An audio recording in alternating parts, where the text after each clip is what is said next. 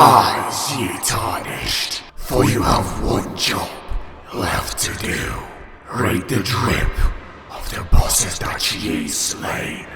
And I am here to do just that. Fashion souls is a term that has been around for time now. Everyone wants to look good, but unfortunately not everyone can. And I am here to analyze the Elden Ring bosses based on their drip, their swag, their outfits, whatever you would like to call it. I split the bosses into 4 categories: no drip, mid, drip, and drip lords. And I will talk about bosses in each category in the order they rank within the category. Elden Ring technically has a lot of bosses, so I disqualified any quote-unquote boss, which is just a regular enemy. If it's a mini boss with drip worthy enough to be mentioned, they will be mentioned. If not, then they do not deserve it. And of course, if a boss does not wear anything or is unable to wear anything, they get disqualified by default. I'm just gonna get into it because this is a long one, lad. Strap in. No drip.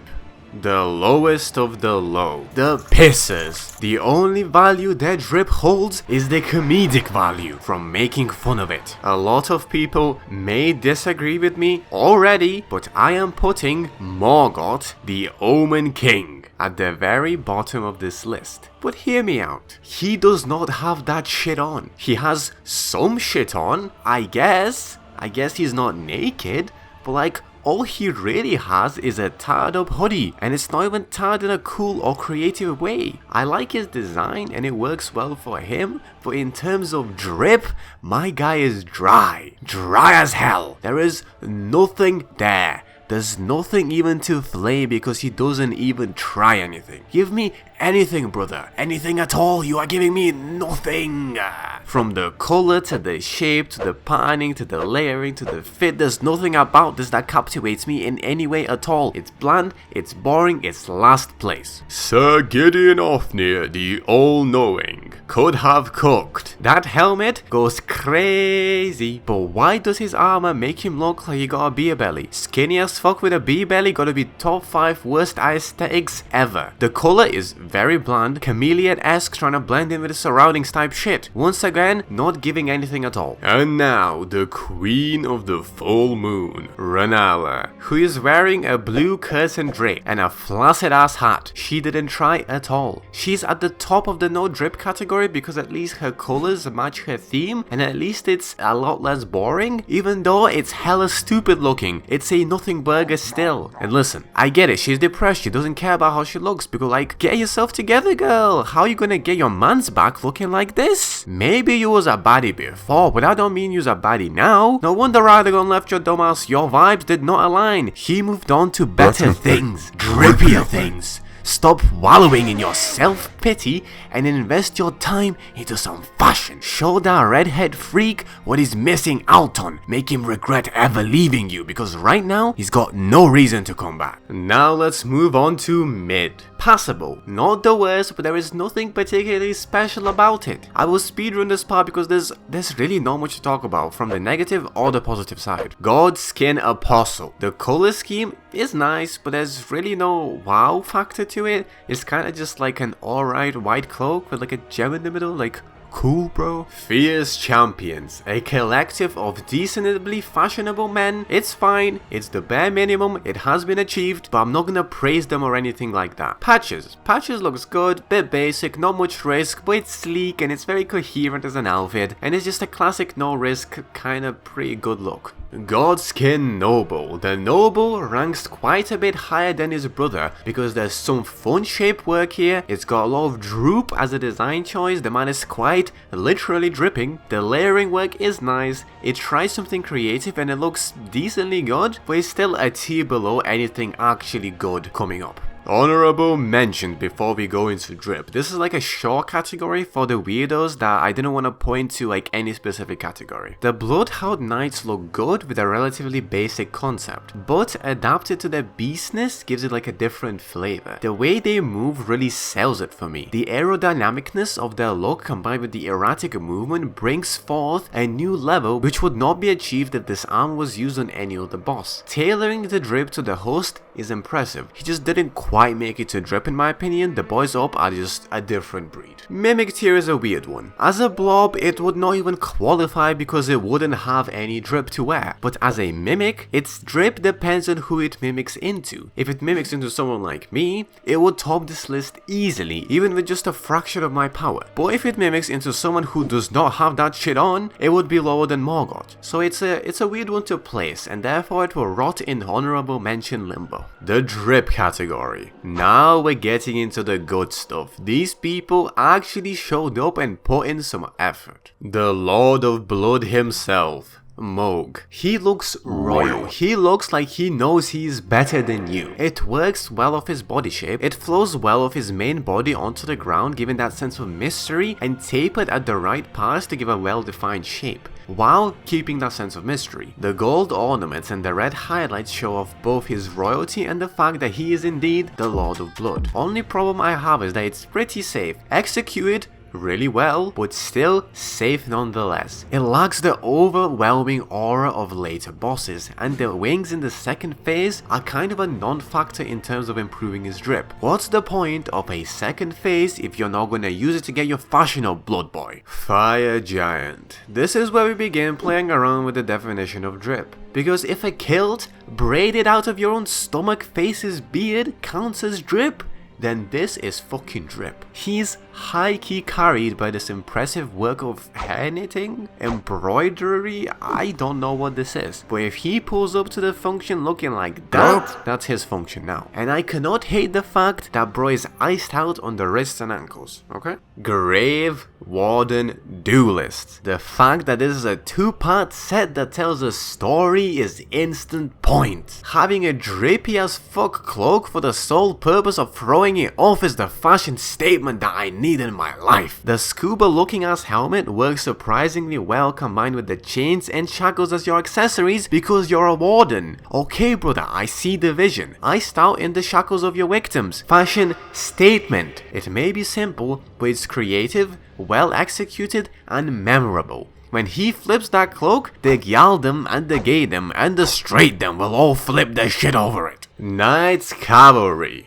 For some reason, has that fuckboy collar and chains which go hard as hell, not gonna lie. The armor itself is not the craziest ever, but the layered cloak which covers it is an absolute magnificent piece of clothing. 3 pieces layered out gives it more volume and depth, and it even takes into account that when you ride your horse, the fluttering will look even better when split into 3 layers. And speaking of horses, extra points for matching drip with your horse. When these two pull up matching like that, you just gotta stare and give props. Commander Nile. The ram motifs all over his armor, pun hella intended, are goated as fuck. It's not in your face sharp and edgy in a oh shit stay away type of way. They are curved and sleek in a way that still says don't fuck with me, with a calm maturity that gives him a much more powerful aura. And if your drip gives you an aura, that's some good drip. Having a leg prosthetic is hard as fuck. Any sort of prosthetic will instantly make you 12 times drippier at least. Imagine having a disability and turning that shit into a fashion statement. Not a single soul can stop him from having that shit on. Not even his own. And the finishing touch. The massive fucking woolly cape adds so much to his already present aura. He's quite large himself, so having a cape that looks massive on your fat ass body is menacing, and menacing is drippy. There is a certain calmness to his aura that if you see him, you know he be doing shit and he looks good doing that shit. Elmer of the Briar would not actually be in this exact spot if not for his bell-bearing hunter form. The briars all around his armor, which are used as accessories to his armor, go hard as fuck. The color is also perfect as it makes it look like the briars are actually growing out of him rather than just being placed on like little gadgets. It adds to the menacing factor, and looking menacing is drippy as fuck. His armor also does this fun thing where it seems a bit disfigured and fucked up, but the disfiguredness is very deliberate in how it is done. Love it. But when we look at his bell-bearing hunter form, the darkness enshrouding him darkens his entire look, which then makes the newly obtained red glow on the briars look disgusting. It's a deadly combo which takes the best part of his drip and shoots it through the atmosphere. When Elmer walks into the room, he owns that room. His drip is not to be disrespected. Crucible Knight. I am sorry, but these guys are drip. First off, the Erdtree motif throughout their entire armor, that shit consistent. That shit hard as fuck. That leather half-gate sewn into their hip armor slits is as peak as it fucking gets. Not only does it emphasize their movement with even more weight, it looks like draconic skin to match the draconic wings and tail which they can summon at any point, by the way. And if having golden spectral wings isn't dripping, then I don't know fashion. Their shield, their helmets, their weapon, everything follows the Erdtree motif and the lizard-like look, which gives them a great sense of unity with a very creative concept. I am focusing on this version of the Crucible Knight rather than the Ordovis, as I believe it is drippier. The Crucible Knights always look on business, and the fact that they are a whole ass squad and they can pull up as a fucking unit and all look fly as fuck, looking like Marika's personal special ops unit, the energy is fucking unmatched. It's hard enough for one lad to have this drip, but when you have 12 lads all looking dapper as fuck, all matching, not many can rise up to take the stage from them. Power in numbers is truly scary. And now we move on to the Drip Lords, the untouchable royalty of the Drip dynasty. First up among the Drip Lords we have Godric the Grafted. What he lacks in pride, skill, demeanor, power, bitches, and the list goes on, he makes up with drip. For a man who calls himself the Lord of all that is golden, he really does live up to his name. Cause no other motherfucker out there who has 70 or so arms, and every one of those bitches is iced out like the film with Sid and Manny, okay? It's unreal. He may lose points with how he carries himself, but who cares when no one can see how he carries himself from all the bright light shining from his many wrists. Plus, he's all chained up across the chest, golden silks all over his body. He is the definition of glamour, and we respect a glamorous king. And let us not forget that prosthetics are drippy as fuck. This man right here chops off his own arm to get a prosthetic dragon head instead. And listen, as someone who doesn't have a functioning dragon head as an arm, I cannot disrespect the drip. That is a fashion statement, and a powerful one at that. Plus, the light from the dragonfire illuminates and gives even more focus on his mountain of icy jewels. I said all that needs to be said. Now, Radahn is a lot to unpack. But first things first, leaving your opponent's weapons and arrows stuck to your body after their unsuccessful attempts to murder you is so fucking disrespectful, 1, and 2 has to be one of those drippiest ways to accessorize your fit fucking ever. If I saw a dude walking around with a knife in his side as a fashion piece after someone failed to murder him, I would give up on fashion. That man has already won the whole thing. He also does have a lion motif throughout his armor, which is nice that it's there, I guess, but could be more emphasized or made clearer to see / notice. And I have 2 other problems that stop Radahn from being able to get any further. 1. The purple gravity magic could have been used for some crazy color combinations in his second phase, especially if it became strong enough to maybe drown out the red of his armor and cloak. And in general, the second phase doesn't really give him any extra drip, which is, as previously mentioned, if you don't use your second phase to improve your drip, then what's the point of having one? And the last thing is his horse Leonard, who is supposed to be your sworn ally in battle, has no fucking drip. Hello? Listen, if you are dripped out, but your homie is looking dry as shit, that is a net negative to you. That affects your fit, I am sorry. Especially if you're trying to sell yourself as a double package. So maybe, Radahn, if you actually cared about your horse and pimped him the fuck out, maybe you could have been higher. You can't do your boys dirty like that. If you look fly, you all need to look fly. Those are simply the rules, my friend. Malekith. Malekith is another one where the tailoring is a big part, because on anyone who isn't Malekith, this arm would not be nearly as badass as it is on him. The armor is specifically fitted to expose a lot of skin, or rather fur, rather than fully cover him up and protect him, for the sole purpose of looking clean as hell. That is a man who does not care about the practicality of his armor. All he cares about is looking better than his opponent.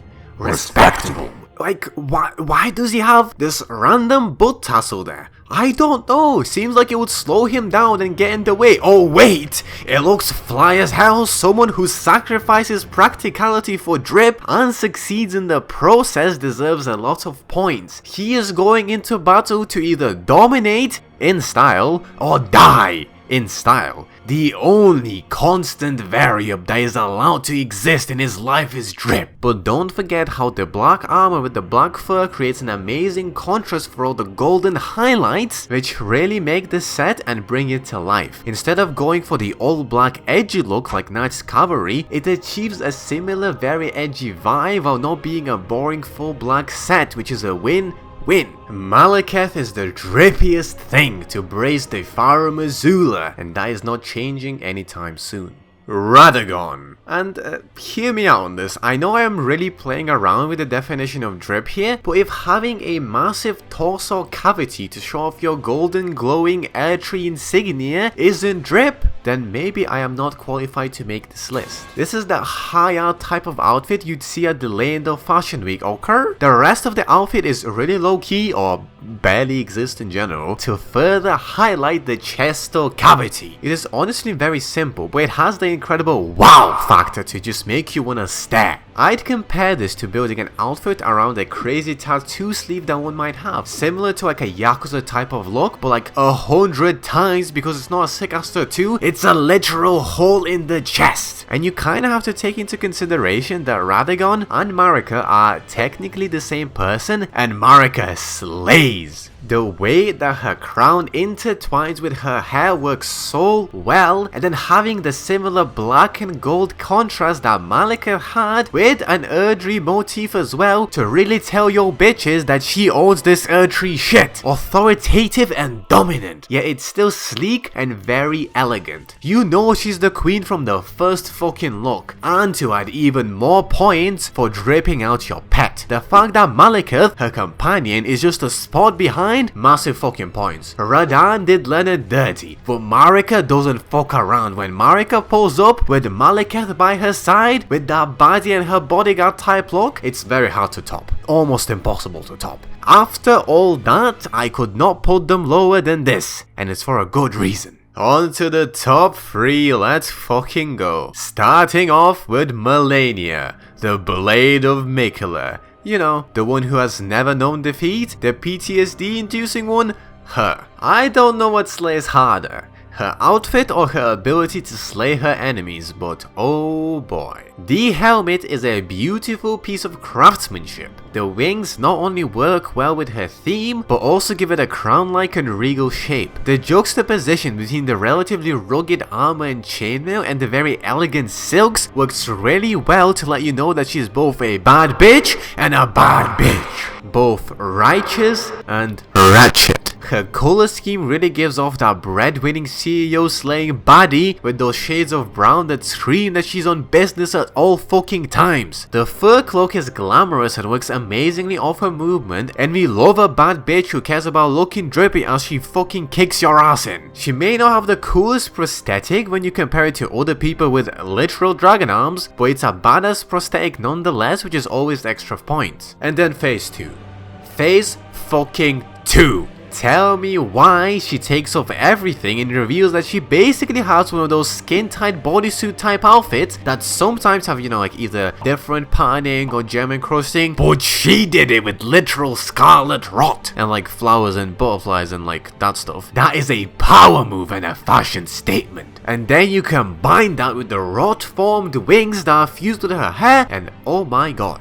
She has such a well-designed low-key vibe outfit in phase 1, but then she uses phase 2 to take you straight to Met Gala. And unlike most those hoes, she did not phone it in. The wow factor, the narrative, the execution, the colors, the shape work, everything works off of each other so well to give you a visual spectacle. If your outfit ain't doing a Melania, just give up. This drip shit ain't made for you. Godfrey, the first Elden Lord, the Elden Lord of Drip.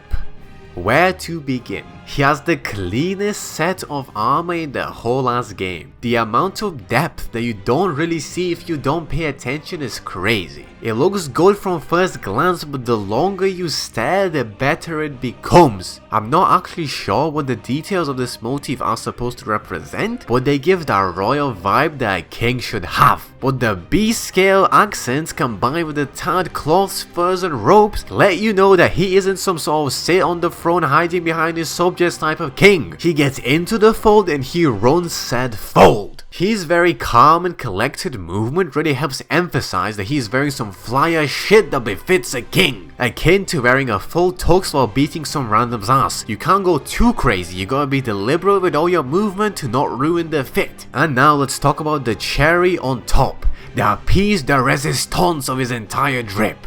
Sarosh. Usually I say I'm sorry before going off, but I'm not even apologizing this time. Having a literal spectral lion as a cape has got to be some of the hardest shit I have ever fucking seen. So you are telling me he has a literal dripped out armored lion just as an accessory? No wonder he's the Elden Lord. If I was Marika and this man's walked in, dripped the fuck out with a literal lion holding him back at all times, I would give myself up to this man too and let him have the lands between. Who the fuck is gonna stop him? I still cannot get over how hard this shit goes. Sometimes all you need is now one piece which takes your drip from good to unmatched, and my god almighty, he fucking found it. Unfortunately, I am disappointed in phase 2. It works for the character, but in terms of drip, it is just a straight up downgrade. It loses Sarosh and it loses the duality of being both a royal and a warrior, making it very one-dimensional and kinda basic. It's still pretty decent, but Godfrey is hard carried by phase 1. I obviously take off points for phase 2, but I choose to not overly emphasize it and focus on phase 1 because phase 1 is cold. It is dripped to a level which we may never see again. And now for the number 1 greatest drip in the lands between. We have Loretta, the Knight of the Halig Tree.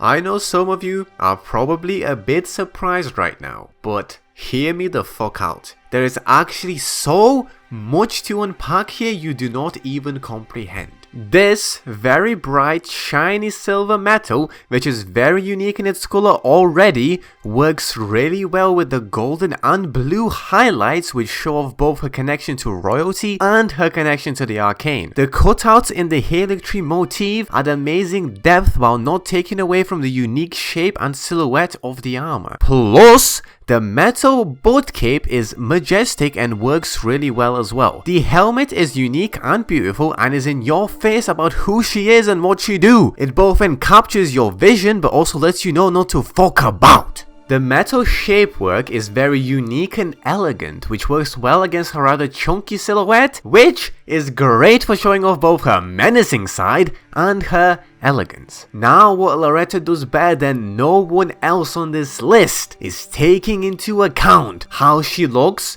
during battle. It's great if I walk into the function and you're standing there or drip the fuck out and make me look, but Loretta not only looks good just standing there, menacingly. If she needs to beat some random bitch's ass for talking mad shit, she looks dripped out doing it. One of her main weapons, Blue Carrion Magic, illuminates the immediate area around her, and that light bounces off the very light silver, almost mirror-like silver, armor to give her a blue aura and put on a bit of a light show. If your drip gets enhanced by the fact that you're kicking ass, then that is unreasonably hard. Under the Halig Tree carvings, let the blue light emanate through them and let them bounce even further against the inner layers of her armor, and this just further emphasizes the effect. It's a fucking masterpiece of craftsmanship. Whoever is her tailor needs a massive fucking raise, I swear to God, because he is not being paid enough. I don't know how many runes that bro is getting. 2 billion, 6 billion, he needs more, okay? And now you're sitting there completely entrapped by the beauty and you think, surely it doesn't get better than this. Surely there's no way it gets even better. Well then, you absolute fool. You fell right into my trap because it fucking does! Her horse has a fully matching set of armor down to the carvings, the shape Wakanda colors, and even the golden helmet. Loretta's motto is, if I shine, then we all shine. She does not leave her horse behind. Radan, the fact that they walk into my POV, and as I'm looking up, I see that your horse has such an ungodly amount of drip and aura.